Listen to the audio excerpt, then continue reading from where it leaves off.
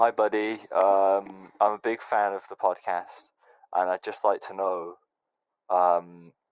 what do you think about these little biscuits called chocolate digestives? Thanks for having me on. Bye. Wow, that was a fantastic question. Chocolate digestives, yeah, great stuff. Quality biscuits, really, really tasty. 10 out of 10. Yep. See, if you want to be on the podcast, all you do is that. You go to coasterbot.com/podcast. You click the little thing that says something along the lines of... Send us a biscuit question.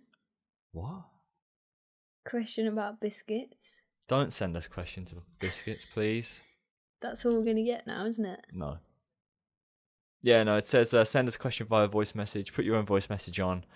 And there you go. You get to be in the podcast just like that lovely guy was a minute ago.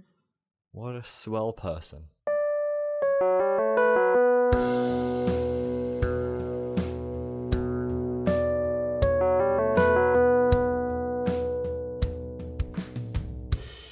Something we forgot to mention in the news last time, which was quite interesting because we got to ride it, was the fact that Valkyria opened to the public.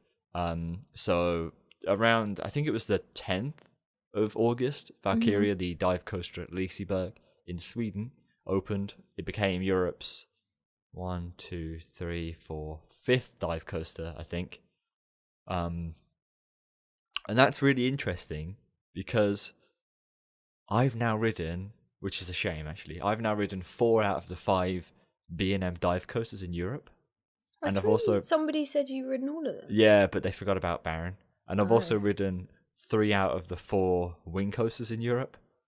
And both of the 2 final things I need are in the Netherlands. You know, the Efteling and Toverland. So I've got to go to those parks now just to tick those boxes off, you know. Mm-hmm. But, yeah, Valkyria opened. It's a quality B&M dive coaster. It's the smaller model with the 6-seat wide trains instead of the 8 or 10 seat wide trains, but it is a pretty good layout. It has a pretty good layout for what it is.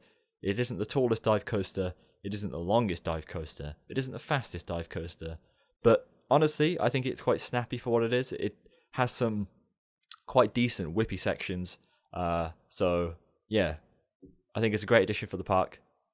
More on that later. But more on that later, precisely. Other news? A documentary about Alton Towers was recently released. That's not really the right word. Debuted onto TV in the UK. And it was kind of a documentary that focused on Wicker Man and how Wicker Man is the park's way of trying to rebuild trust in the public after the Smiler accident. So what did you think about this? It was okay. I don't know. It was a bit... The only thing that annoyed me is obviously because it was on Channel 4, they had to do the whole ad break, like cliffhangers and stuff like that, which kind of ruins it because it was like overly dramatic for what was actually going on. But no, I thought it was good. It was good to have like the people who worked there for them to be interviewed, and also like people who just love the park anyway. And obviously we were in it, so... There was a lot of roller coaster nerds in that documentary, wasn't there? Yes. I say nerds in a nice way, because I'm a nerd as well. But yeah, no, we were in it. At the back of our heads, we're briefly in it in the last, 5 to 10 minutes of it. So... Spot us if you can. Yeah, if you see a shot of people sitting in the Wicker Man train in the dark, then that's us. But yeah, no, I enjoyed the podcast for what it was. The podcast. I enjoyed the documentary for what it was. I saw that some people said that it lacked detail, but then I don't know why you'd expect detail from a documentary of that kind of genre, because... What kind of detail do they mean? Well, I don't know. I think they just wanted to know. A lot of people said, well, not a lot of people, but some people said, oh, I didn't really learn anything from this. But it isn't aimed... Obviously, because all the enthusiasts know all of that anyway. Yeah, it was aimed at people who don't know that kind of stuff. And if you don't follow... But they followed it in detail as it was happening. Well, this is it. If you don't follow it in detail, then you're never going to know this stuff. Yeah. So the average person won't know this stuff. And that's why it's a good documentary, because it's made for the average person. It's made for the general public. Just like theme parks are made for the general public and not us. the enthusiasts, most things are made for the general public. So to expect it to be incredibly detailed, really, I don't see why you do that. But it was good for what it was. It really humanized the whole operation of Alton Towers themselves, showed how the accident impacted the people who work at the park, and that was great. So hopefully, this is one step towards the park regaining the attendance that they had prior to the accident. It does definitely seem that Alton Towers is regaining some of its attendance, and hopefully, maybe in a few years' time, it'll be back to what it was. It'll be a busy park. Things will be back to the way it was before, better opening times, better offerings. In other news, DC Rivals Hypercoaster in Warner Brothers Movie World in Australia. Interestingly, some of the track from this ride has been taken down. So DC Rivals is a Mack hypercoaster which was built in 2017. So it's very intriguing that some of the track pieces are being removed now, like less than a year later after it's opened. The park quotes, after a very successful first season of operation, and as part of the Roadshow Theme Park's technical services and Mack Ride's engineering processes for continuous improvement, some minor track adjustments, minor by removing a whole track piece, have been identified to further improve what is Australia's best and smoothest roller coaster experience. They say it's currently underway, and the ride will reopen again on the 17th of September. So they've taken a bit out of it? Well, yeah, they've taken quite a large chunk out of it. The bottom of the first drop all the way to the crest of the first airtime hill has disappeared. To do what, though? Well, this is it. Especially coming from a company like Mack Rides, who, usually are very kind of high quality and all that kind of stuff. It's interesting that they remove the track, but maybe they're removing it to make sure that it's high quality kind of thing, It's not up to their standard, but this is very odd, yeah. You wouldn't think that it was a design flaw because that ride doesn't look like it ever would have a design flaw. So I don't really know why. It'll be interesting to see whether the track that comes in looks the same. But yeah, let me know what you think about this, everyone who is listening. It's a interesting turn of events. So this episode we're just going to talk about our trip to Liseberg. Is that how we're going to say it? I guess so. We don't know if it's Liseberg. We've been saying Liseberg, right? Yeah. But then other people say Liseberg. And I'm pretty sure the park says Liseberg, but in a Swedish accent. Oh, yeah, obviously it sounds weird because of our accent. So, Liseberg, which we went to the other day, about a week ago nearly. So this was because you guys voted Harry, what was it, best established channel on Cupcakes and Coasters little competition. Named the Clamshell Awards. Yeah, so thanks to you guys for the trip. So they organised it with the park, so thanks to everybody who was involved with the planning and everything, because we wouldn't have been there.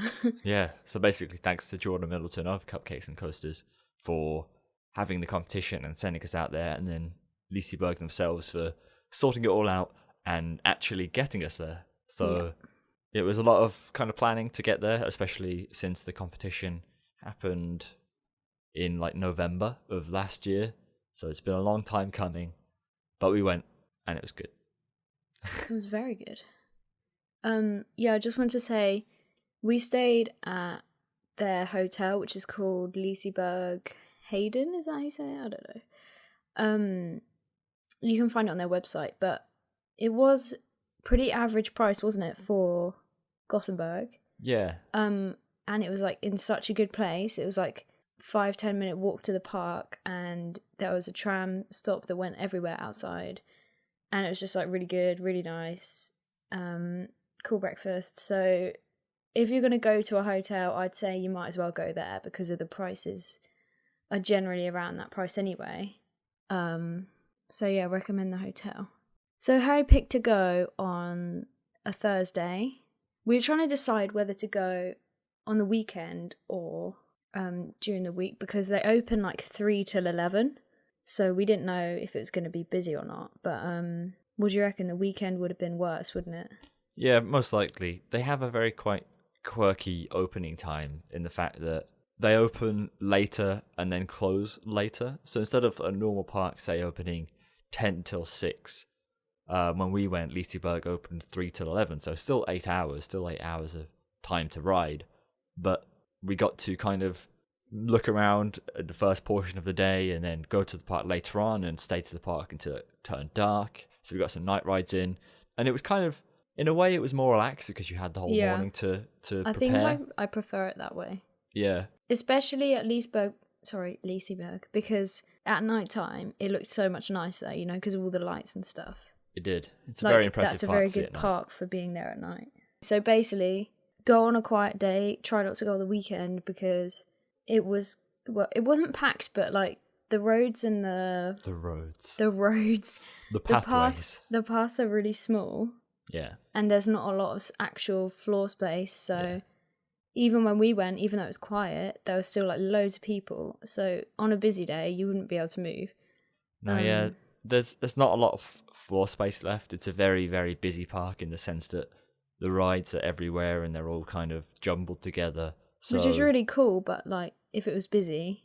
Yeah, and it's not the biggest of parks either, so it can't hold a lot of people outside of the rides. So as Zoe says, if it was really busy, it would be jam-packed, as in the pathways and the and the queue times would just be longer, wouldn't they? So. Yeah, exactly. Well, we had nice queue times. We had about half an hour max, wasn't it? Well, half an hour for Valkyria. Really, there were 15 minutes or less on everything but Valkyria. Yeah, it was perfect. But on the website, it does tell you that, well, it has a little green dot next to some of the opening days, and those days are meant for people who want to ride things a lot. So it does tell you when the days are not busy.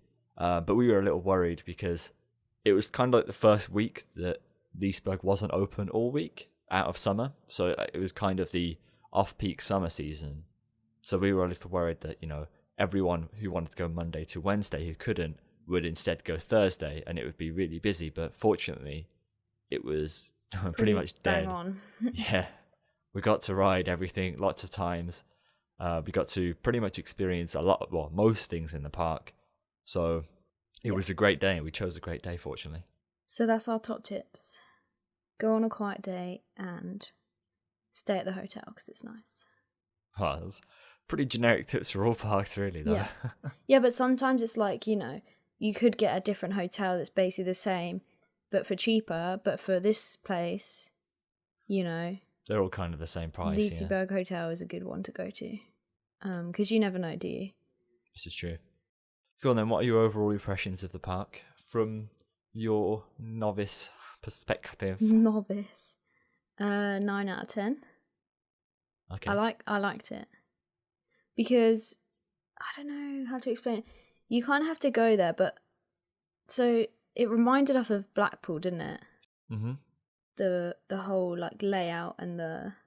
I wouldn't say the decor, but it was kind of the same style as Blackpool, but modern version. Yeah, same vibes as in the fact that everything is very close and on top of each other, but kind of like how Blackpool now with Icon are modernising themselves and they're updating some of the looks of the park. It seems that Liseberg has already managed to do that, yet still maintain some of the kind of retro aspects. So now they've got this modern but retro park, which hopefully is the way that Blackpool's going, because it works very well for what it is. It works very, very well indeed. But just everything that they had, like all the stalls, all the signs, all the buildings, everything, it was all like done really well and at the same like kind of theme. Do you know what I mean? Like even just the little stalls where you could play a game or whatever, they all looked the same as the buildings and everything else. It like tied it all together. Do you know what I mean? Yeah, there's not many different themed areas in the park. Really, there's only kind of like one notable area. Outside of the kids area, in my mind, or what I saw, there's only kind of one major area that you go, okay, I know we're in that area, and that's kind of the Viking bit. Yeah, the Norse mythology bit. You can tell that, you know, this is the Norse mythology section. And that's something they've done recently with the past investments over the last 2 or 3 years with Loke and Valkyria, they've started to kind of theme some of the areas that weren't themed before. And that other flat ride was themed as well, wasn't it? Mechanica, yeah. Yeah. Yeah, so they've created an area which realistically 2 or 3 years ago wasn't there, which is great because hopefully they can continue to do this, continue to kind of update the theme of older rides and introduce new ones to build up the area to have a theme and not just have nothing. Thing is, though, it's so small. You can't really have that many themed areas because everything is like on top of each other. Yeah. So why would you theme them to an area? You might as well just theme each ride differently, which they've done. But yeah, but when you theme each ride differently, you kind of, it's not one coherent space then. But what I was just saying about all the stalls and the buildings and everything was a theme in itself. Like, yeah, but they all looks really good together. But they all look similar. Nothing really was because it's like a park. Well, yeah, but nothing really. Well, one coherent experience. Most of the buildings were kind of in a similar style, so they all kind of fit together. It wasn't like, this is super retro and then this is super modern. Yeah. And that kind of helps to make everything fit. But then when you do have the themed areas like the Norse mythology section, it does work because it's kind of a bigger area, not just one ride. But I wouldn't say, theme individual rides differently because it doesn't usually work. But what I'm saying is it does. When I walked through the park, but they don't do it. Just let me say. Everywhere I looked, every ride I looked at, every building I looked at, every stall that was there, literally everything in the park went together and it was all like modern. Nothing looked like it was run down. It was all like looked brand new and like it was meant to be there, like they'd planned it to look in that style of like retro but new retro. Yeah, but it wasn't themed. That's just the the theme. style. No. No, but it's as not... Amanda Thompson would say. No. It's been stylized. Yeah, but that's just the road, the pathways. The rides were themed as well. Like Helix was themed, and whatever the other Helix one was is called. Kind of themed. It's not really. It's just like Helix is. People. I don't know. But where are you going to put the theming? Well, because it's all on top of each other. That's what I mean. So when you theme an area, there is no area for Helix to be in. I wouldn't say Helix is themed. I'd say Helix, again, to quote Amanda Thompson, like its twin brother Icon, is stylized. I know what you mean, but where are you going to put your theming if you're going to theme it? I don't know. Because Helix runs through the whole park. So you can't do it. That's why they've done it this way. I know that. You don't always have to put like theming structures outside in the way of the track. They don't really do it on Valkyria. The station is themed and the queue line is themed, and that kind of builds the experience from there. And there's quite a lot of space in the Helix queue line. I would just say the Helix queue line is kind of like modern. Yeah, but it has a theme of like... No, I don't think it has a theme, honestly. Well, what theme would you want it to have then? What, Helix? Yeah. I don't know. It's not my job. Exactly, mate. I like the theme of it, and it is a theme. Well, no, don't call it a theme. It is a theme. It's like calling Icon a theme. It's not a theme. Green theme. It looks good. Okay? Yeah. It looks good. Just like Cedar Fair in the do their ride sometimes. Looks good. It looks good, right? Doesn't mean it's themed. It just looks good. I think it's themed. And you can get away with that. Not everything has to be, super themed. As long as it looks good, it works. That's what I'm saying about the park, though. They've got one area, but they don't need another area because everything looks great anyway, and it looks exciting to look at.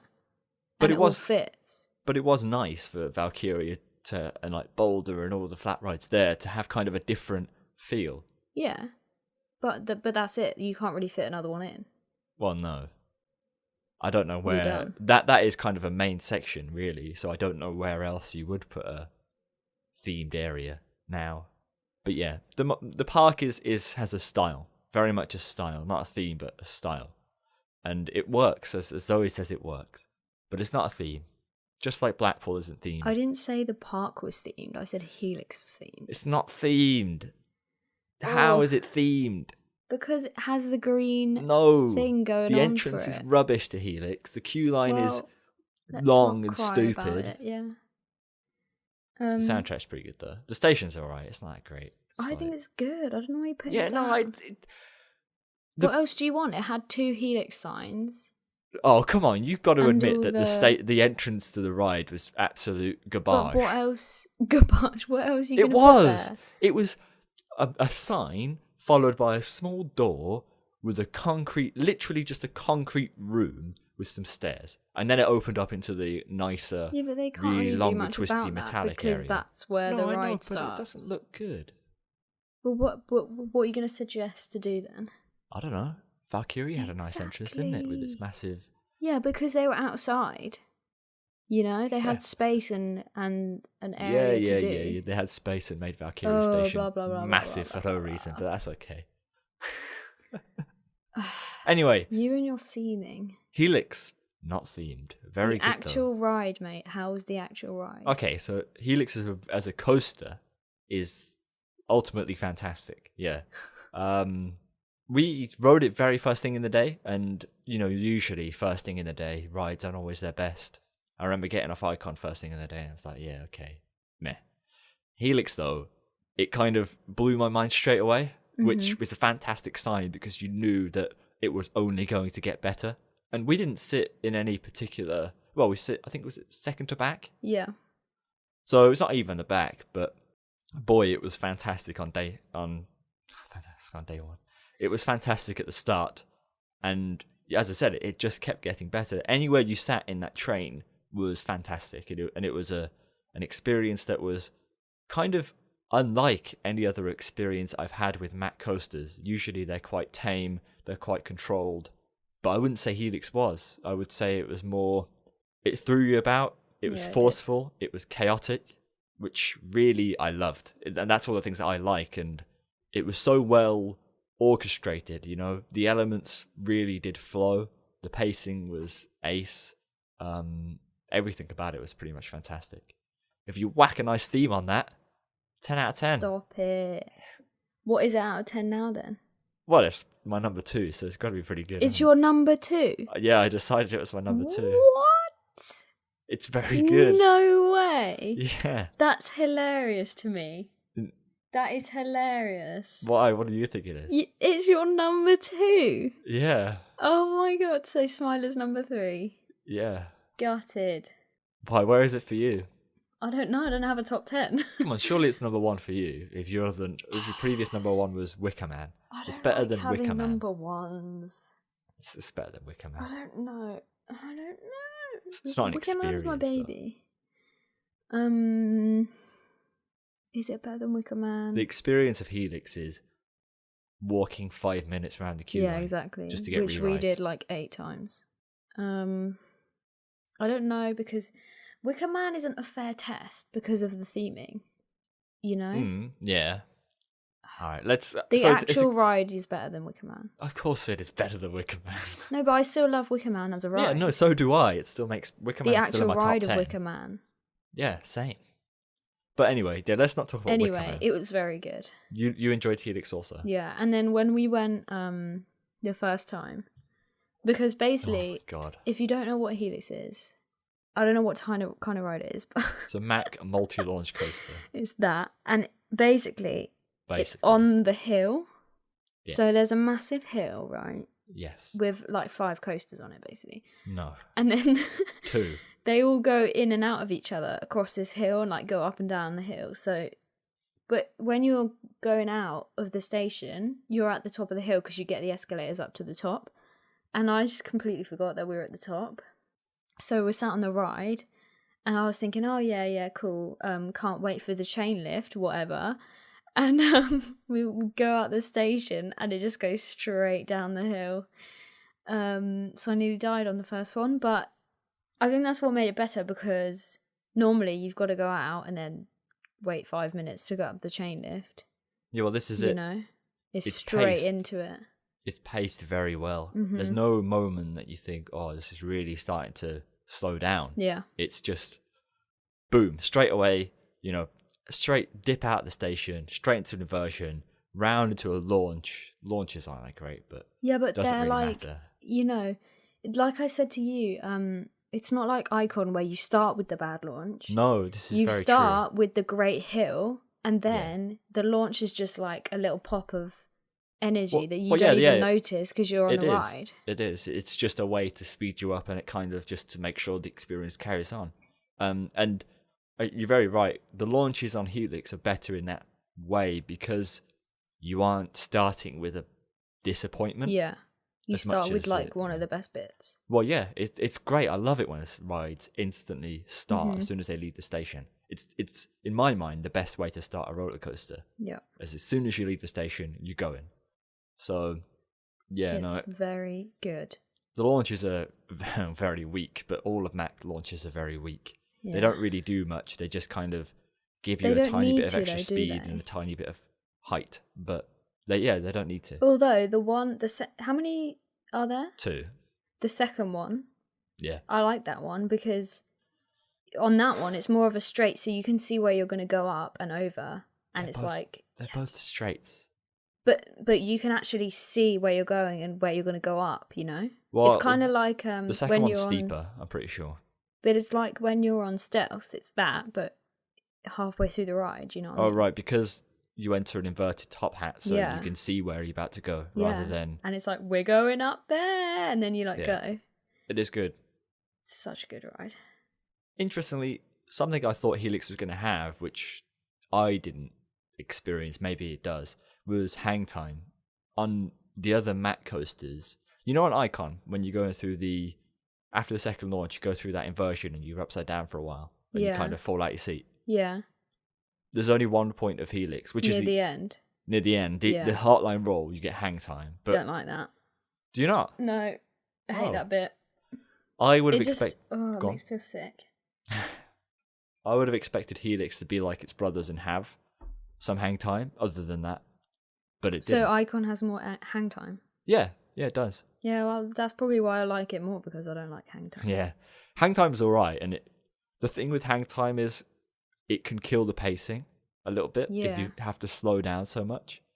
But then again, I think Helix's inverted top hat would be better with hang time than how it is now. Just going through it very slowly and then carrying on, I think would be very cool. Like you do on the Smiler when you go over. Go over what? When you go on the Smiler, like, it goes up and then over onto your back kind of thing. But it kind of slows down a bit and you're hanging there and then you go down. What, you mean like the inverted drops? Maybe, yeah. I don't know what you're on about, but alright. So imagine a loop. Yeah. So you go up the inside of the loop. Yeah. And then you stay on the inside, so you're on your back, but then it kind of twists and comes out. Right. Don't worry, mate. Don't worry about it. Carry on. Anyway, yeah, it's a solid ride, much more forceful than I expected it to be.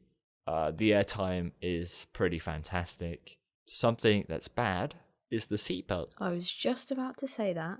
For some reason. Why do they have seat belts? I don't know, because not only does it make the dispatches 5 times worse, it's pointless and adds nothing. And you said they already added them after. Yeah, they added them this year. What's the point in that? You don't need a seatbelt.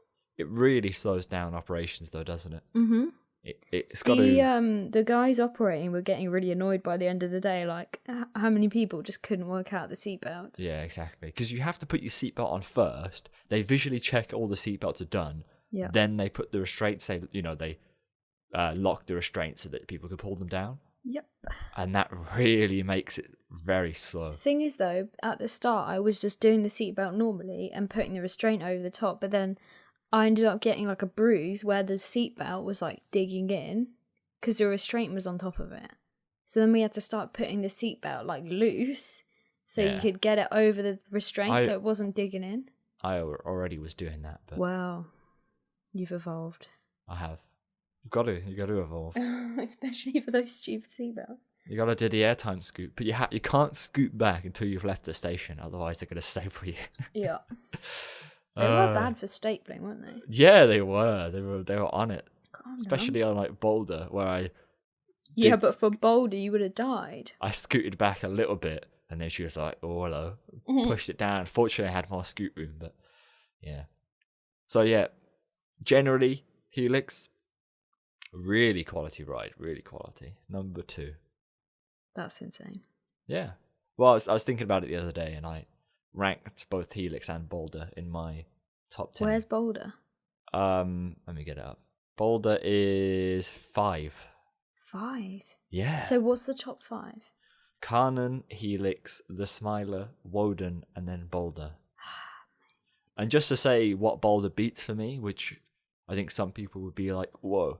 Boulder beats Silver Star, some people don't like that. But Goliath, it beats Goliath at Wallaby Really? Holland for me.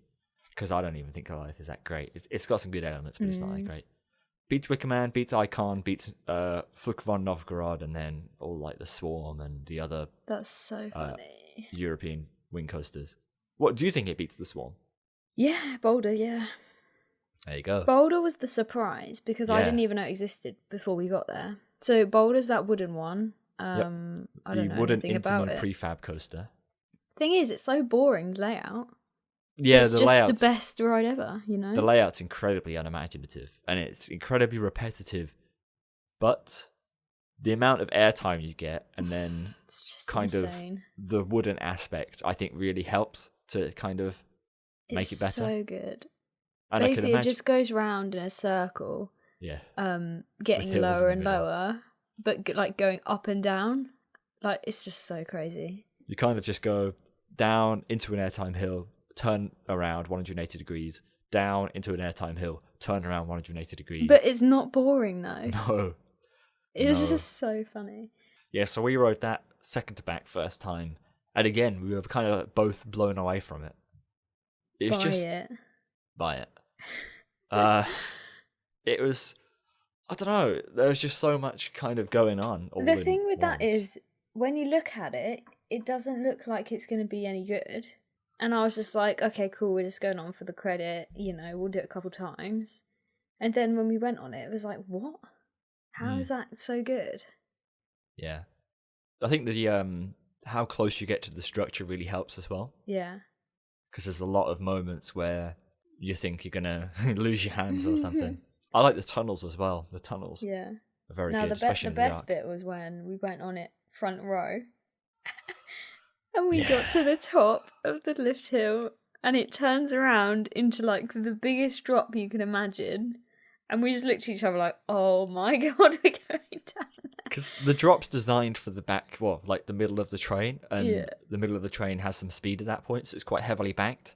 So you're kind It of like looks insane. 45 degrees on your side, pointing down, and you're just looking at this massive. But you're not even moving quick enough No, yet. yeah, Because you're on the front, you're just like there. yeah. Just That was a cool waiting. drop to look down. So good. And then we got in those people's photo. We did, trying to mimic what they were doing. These kids in front of us were doing a special pose and we were on the back row, so we just joined in. It is a fantastic ride. I've heard some people say it's not that great, but Lies. I mean, I think Taylor, who we're having on very soon, he said, and Logan I think said the same. It's kind of repetitive, and it was good, but it wasn't that good. But yeah, I think I can imagine a ride like that isn't repetitive would be Yeah. fantastic. And fortunately, there are coasters out there like that. So We need to go do them. yes, fantastic coasters must Fund us to go there. Send us your Jeez. money. be. We can't do that. Anyway, what else? So we've spoken about Helix and Boulder, but we haven't even spoke about the newest addition to the park. Yeah. So Valkyria. Let's start with a bad note. Yeah, let's on. get it out of the way, actually. So, for some reason, they thought it would be a brilliant idea if they put a couple of rows of lockers by the exit that you have to put your bags in before you can go on the ride. But you have to get a ticket from this lady, first of all, to get in the locker. And then they're going to start charging you at some Well, point. On the ticket, it says the price. So she was I think because the ride's so new, she was kind of handing out the tickets, and So on they're there was a expecting price you of to pay 10, like £1 yeah, in the 10, future. 10 Swedish krona, or was it on the ticket? So I imagine, as you said, you have to pay for it later on. But the lockers are Amazing. bad, right? They're bad because it's a bad placement, right? You shouldn't put lockers before the ride, or no, you shouldn't put lockers before the entrance to the queue line. But they're not even near the entrance. They're like No. in the exit, which is down the stairs and round the Yeah. corner. You should have lockers partway through the queue, near the end of the queue, right? Just like Arthur at Europa Park, where the final 10 minutes of the queue, you've already put your bag in, you go on the ride, and when you get off, you get your bag back. Perfect, because you do it all in the queue line. You can have your phone for the majority of the time. You can have whatever for like water or whatever for the majority of the time. Great. And No, your money to buy Oh, stuff yeah. from the shop in the queue line. This is it. Valkyria makes no sense to me. Like the bagging system, no sense. One, you have the shop in the queue line, and I had my wallet, and we both had our wallets and phones in this bag that was Yeah. in the locker, so we can't pay for anything. Secondly, right, when you get to the station, the ride ups have little like Oh, boxes that they take across so people can put their phones in it. And I'm like, how can you have a baggage system but then allow people to have their phones on? Because what you end up doing is you take the positives of having no bags, which is fast dispatches, and you remove it. The So phone you have things took no longer positive. than it would have taken for us to just put our bags on the side. Yeah. So there's literally no positives to this locker system. Insane.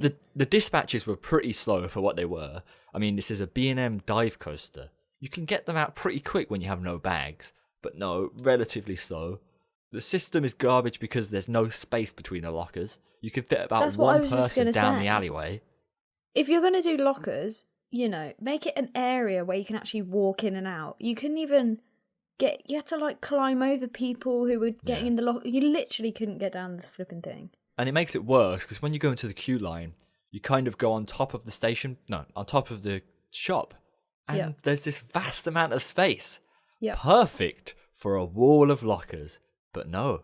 We're going to put it in the shop, in the very corner, right at the back, so that you can only go in, like, from either end of this tiny alleyway. It's so dumb. It's Yeah. really bad. Like, literally, if you pull out the door to the lockers, no one can get through. Mm-hmm. How does that make sense? It makes no sense. Why would you ever do this system, especially at a park where you have Helix, which has such a good system, Yeah. right? How?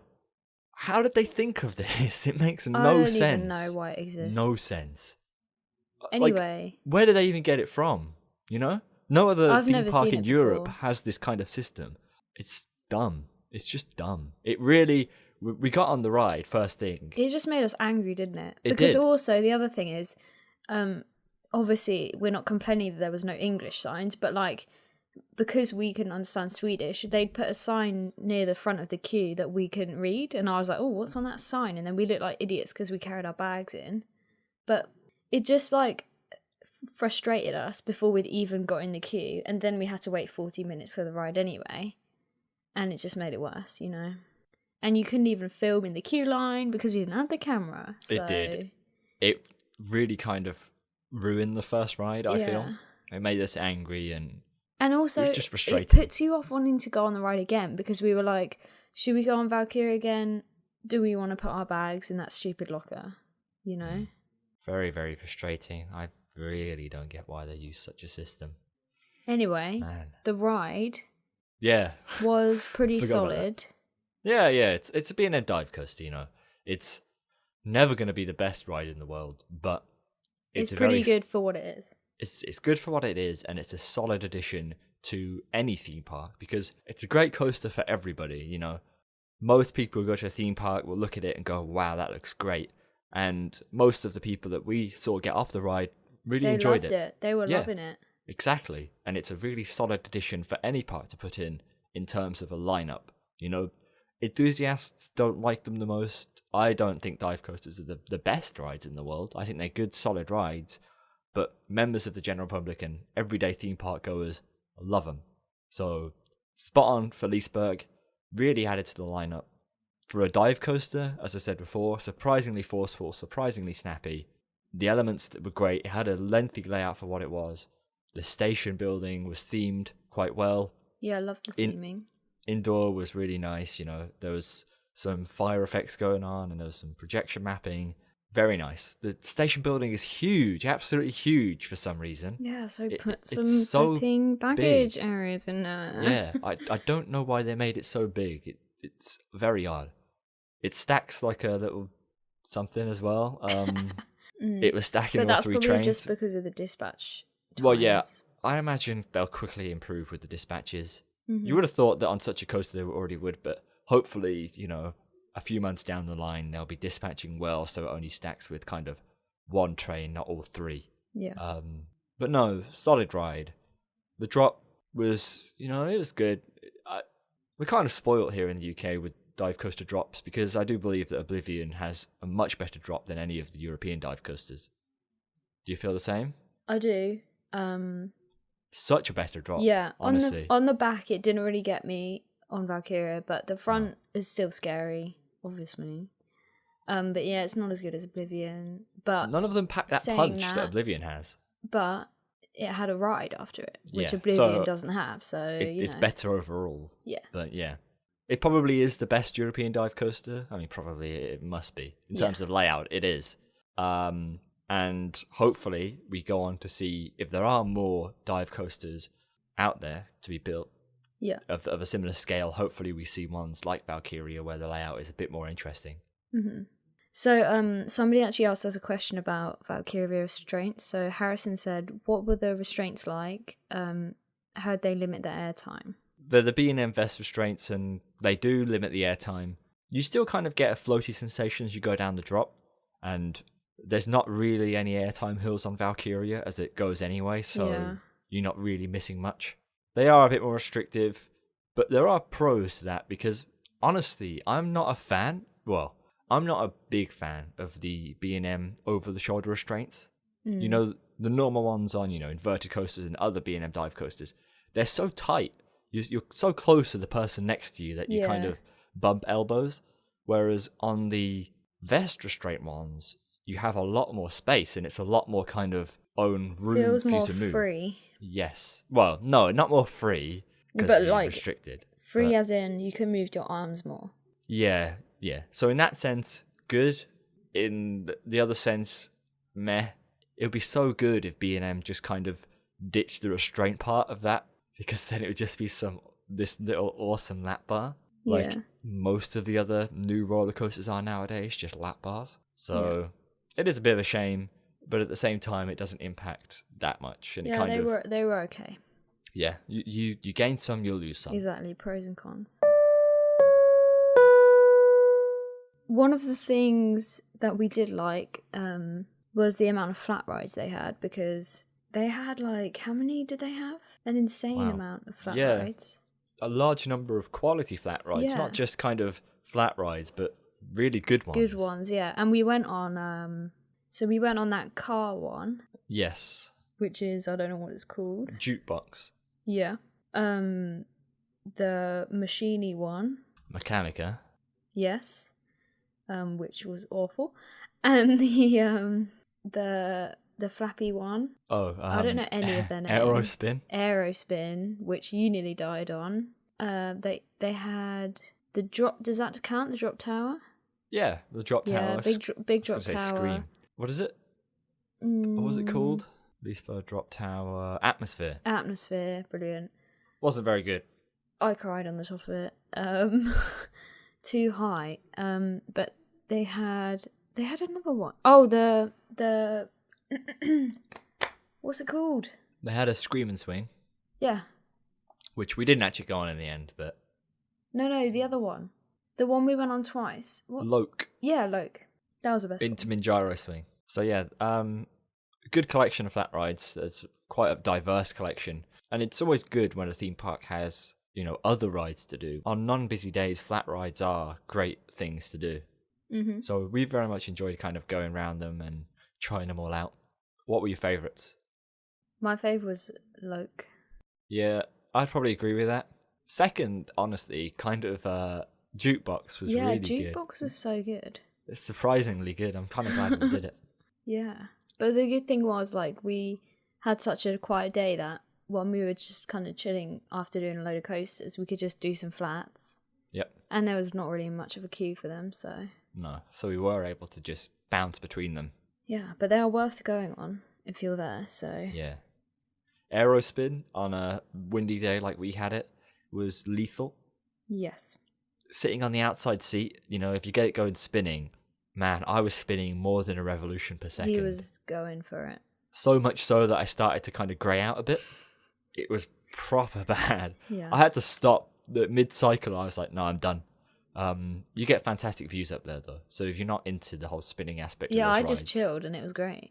you still get a decent experience out of it. You know, you can just flap side to side and not do actual spins, but just kind of rock. And Yeah. I imagine that would add more to it as well. But I love the Gerstlauer sky rollers or sky flies. You know, I think they're quite diverse attractions where you can make it really intense or you can make it tame. So, it's good for us, especially because I hate spinny things like that, whereas you like going on it, but I can go on like a basic, completely different ride to you yeah, at the same time, you know? yeah, I do like those. But yeah, Loke was probably the best. We did have a question about Loke. Dan asked, how was Loke, or low-key, I don't really know how it's said, compared to other flats? I've heard it's pretty good. And it is. Loke, unlike some of the other flat rides nowadays, has lap bar restraints and, you know, not over-the-shoulder restraints, so you are a lot more open. However, as Intamin gyro swings go, I didn't really feel much weightlessness. I don't know if you kind of got the same. Wait. Do you know what I mean? On Loke? Yeah. You didn't get any weightlessness? I didn't get much, no. Are you kidding? Yeah. I did. Yeah. Maybe I just There's got unlucky something wrong both with times. you. Well, no, maybe I got unlucky both times, but there wasn't much points where I really felt my stomach kind of drop. You know? Oh no, mine was going. I didn't really get that. Whereas on the likes of Maelstrom at Drayton Manor, you know, a different intimate gyro, I do get that. Loke was forceful though. It definitely was forceful, definitely was quick, and overall it was a great ride, and I'm sure that you do get the weightlessness feeling. I just got unlucky twice. But yeah, pretty good flat, definitely. I'd love to see more of those, you know. I'm going to say thank you very much because we got a voice question this week. A real one. A real voice question from somebody called Shelley. Which coaster do you think is better? The Liseberg Banana or the Ultimate in Lightwall Valley, England? One may have more track, but the other has a bit more thrill. So give me your reason and why, and thank you. I also want to say a personal thanks to Harry, delivering his videos every few weeks with his editor. I also have to say thank you to his editor. Thank you. I look forward to seeing them. They really cheer me up, so thanks, Harry. Have a good one. What a great question from Shelley. Just before we get into the actual question, Shelley, great to hear that you enjoy your stuff and, you know, you look forward to it. That really makes making videos worthwhile. You thank me twice because I am the editor as well, you know. Unfortunately, I am tasked with editing. Yes. Which is a very, very long process. But it's a rewarding one, and, you know, I make sure that the videos are quality, and because I can edit them to my specifications, they're as good as they can be. Yep. But yeah, it's great to hear that you're loving them. Thanks for listening to the podcast. Thanks for watching the videos. And thank you for the question. And to answer your question, I don't know. Unfortunately, I've never been on the Ultimate. I mean, Zoe, do you even know what the Ultimate is? I know that it's that ride that everybody jokes is your favourite ride, and that's all I know. Yeah. So it's the Ultimate at Lightwater Valley. It is the world's second longest roller coaster. Is it? Yes. It was constructed, as in put together, by British Rail. No way. Yeah. Which is a company that used to operate the trains in the UK, which is very weird. It's a very, very odd coaster. Liseberg Banan. if you say it that. We've been calling it Liseberg banana just because it's funny. And we can't say words. Yeah, that is a I can't say that. Schwarzkopf. Mm-hmm. Schwarzkopf sit-down coaster. No inversions. It's on the same hillside as Helix is. So, you dip down the hillside, you come back up, you dip down again. It's quite an interesting layout. It's quite a fun ride. It's kind of jerky and throws you about a bit, but it is a fun ride. I really don't know what to say about comparing them, though. I've heard that the Ultimate is extremely janky and extremely rough, but many people like it just because it's so weird. Honestly, I've heard people say that Liseberg Banan is kind of like a gem of Liseberg that not many people talk about. In my perspective, I thought it was good, but it didn't really make me want to ride it anymore. It was kind of like, yeah, this is pretty good, but it wasn't fantastic. I don't think the pacing is fantastic. It's kind of a bit stop and start. You can just tell that it's really old, How old is Boulder compared to it? Boulder 2003, Liseberg Banan is 1987. Oh, okay. 16 years. So it is very old, which is why you can tell it's very old. Yeah. It's the oldest coaster in the park. And that's reflected in like everything about it. So it's good for what it is. It's very weird, but I wouldn't re-ride it like the other ones. No. Aren't they very different rides anyway, the Ultimate and Banana? Yeah, definitely. They're two very, very different rides. So, yeah, maybe they're probably, weird in different ways. Well, I guess something they've both got in common is they're both terrain coasters, so they both very much hug the terrain. Yeah. But so does Helix, and that's completely different. Yeah. Well, Liseberg Banan, down the side of a hillside, whereas the Ultimate is a chain lift up, a big drop, and then it just sticks to the floor, basically. Nice. So, yeah. It's too difficult for us to say without riding them. Yeah, well, overall, Liseberg Banan was alright. I don't know. It's not really my kind of ride because it was so jerky, but it was interesting and something I didn't even know was a thing. Because it kind of just went round in circles, like up and down the hill, didn't it? Yeah. It was very weird, but, different. So, yeah.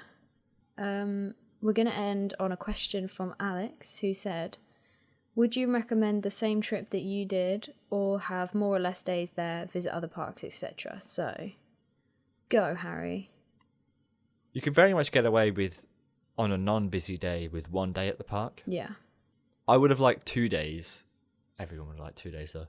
Just so that we could You would have liked 10 days, let's not lie. No. 10 days too much. But 2 days, I think it's always difficult when you want to film stuff, because then you really have to take time out of your day. If you're not filming, the average person won't be filming. So you can just enjoy it. I would have liked 2 days so that I could ride everything and do some filming the first day, and then the second day, film loads. Just less pressure, Yeah, there's a lot less pressure. But if you're on a weekend, I would say do both days. Yeah. Just because it'll be a bit busier. But we didn't just do Liseberg, we saw Gothenburg, we saw the city, had a look around. And I think that's something that you should do. If you have time, have a look around Gothenburg, see what there is to see.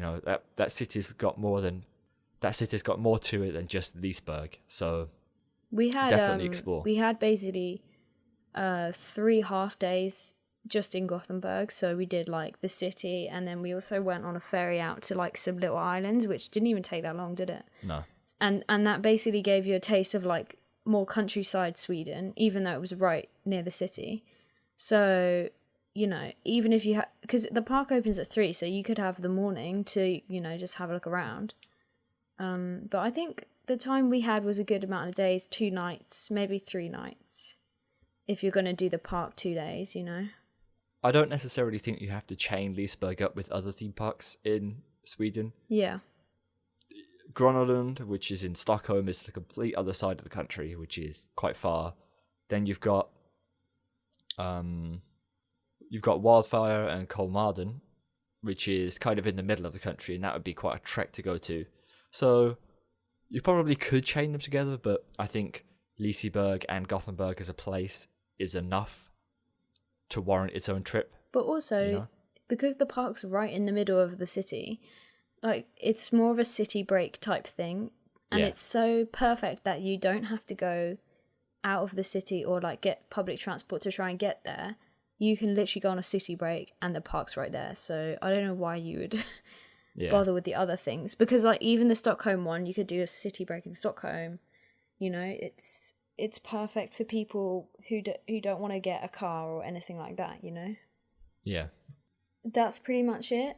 There's probably a load of other things that we've forgotten to say that we were going to say, but you can always tweet us anything you want to know. You know, if you're planning a trip there, we can always try and give you some more tips or whatever, you know. Keep following us on social media, keep emailing us, keep sending us voice questions. We've got Taylor coming up on the podcast, which we're going to be recording now, so we got a load of questions for that. But we'll be having other people on, and we need some topic ideas for future pods, so just keep in touch and make sure to check us out on iTunes and give us a rate if you feel like it. What else, Harry? I think that's about it. Yeah. Send us voice messages, I guess. Yeah, otherwise Harry's just going to keep sending them in. It's true. I'll fill up all the space. Yeah. And we already listened to Harry enough, so somebody else take a turn.